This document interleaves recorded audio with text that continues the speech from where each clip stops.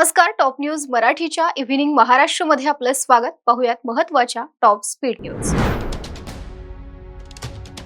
76व्या प्रजासत्ताक दिनाच्या सोहळ्याची कर्तव्य पथावर सांगता. सोहळ्यात 31 चित्ररथांचा होता सहभाग. देशभरात प्रजासत्ताक दिनाचा उत्साह. 10 ते 15% भाडेवाढ प्रवाशांनी सहन करावी. जर सुविधा आणि ई बसेस आणायच्या असतील तर भार सहन करावा लागेल. एसटी भाडेवाढीवर मंत्री गुलाबराव पाटील यांची प्रतिक्रिया. कोल्हापूरच्या प्रजासत्ताक दिनाच्या कार्यक्रमात प्रहार संघटनेचं आंदोलन. छत्रपती शाहू महाराज मैदानात कार्यकर्त्यांसाठी या.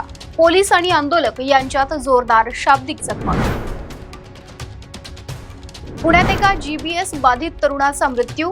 धायरी परिसरातील डीएसके विश्व या ठिकाणी होता वास्तव्यास. काही दिवसांपूर्वी पुण्यात जीबीएस आजाराची झाली होती लागण. धाराशिव जिल्ह्याला मिळणार नव्या कोऱ्या 50 बसेस. परिवहन मंत्री प्रताप सरनाईक यांची घोषणा. सरनाईकांनी धाराशिव आगाराला केलं होतं 2 बसचं पूजन. पुण्यातील राष्ट्रवादी काँग्रेसचे नेते बाबूराव चांदेरे यांच्या विरोधात गुन्हा दाखल. चांदेरे यांनी विजय रौंदळ या नागरिकाला केली होती मारहाण. मारहाणीचा व्हिडिओ सोशल मीडियावर व्हायरल.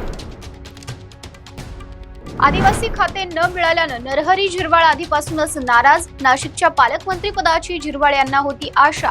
हिंगोलीचं पालकमंत्रीपद मिळाल्यानं झिरवाळ तीव्र नाराज. प्रजासत्ताक दिनाच्या कार्यक्रमात बोलून दाखवली खंत. प्रजासत्ताक दिनी किल्ले शिवनेरीवर फडकावला 100 फूट तिरंगा. मराठा सेवा संघाच्या वतीनं स्वच्छता मोहीम राबवत प्रजासत्ताक दिन साजरा. सिंदखेड राजा येथील संघाचे कार्यकर्ते व शिवभक्त मोठ्या संख्येनं उपस्थित. कोल्हापूर परिषदेच्या विशेष पोलीस महानिरीक्षकांना राष्ट्रपती पदक. वैशिष्ट्यपूर्ण सेवा केल्याबद्दल सुनील फुलारी यांचा सन्मान. सुनील फुलारी 2013 मध्येही झाले होते सन्मानित.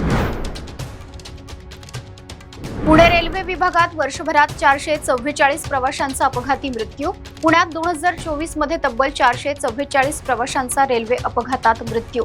167 प्रवासी वर्षभरात रेल्वे अपघातात गंभीर जखमी.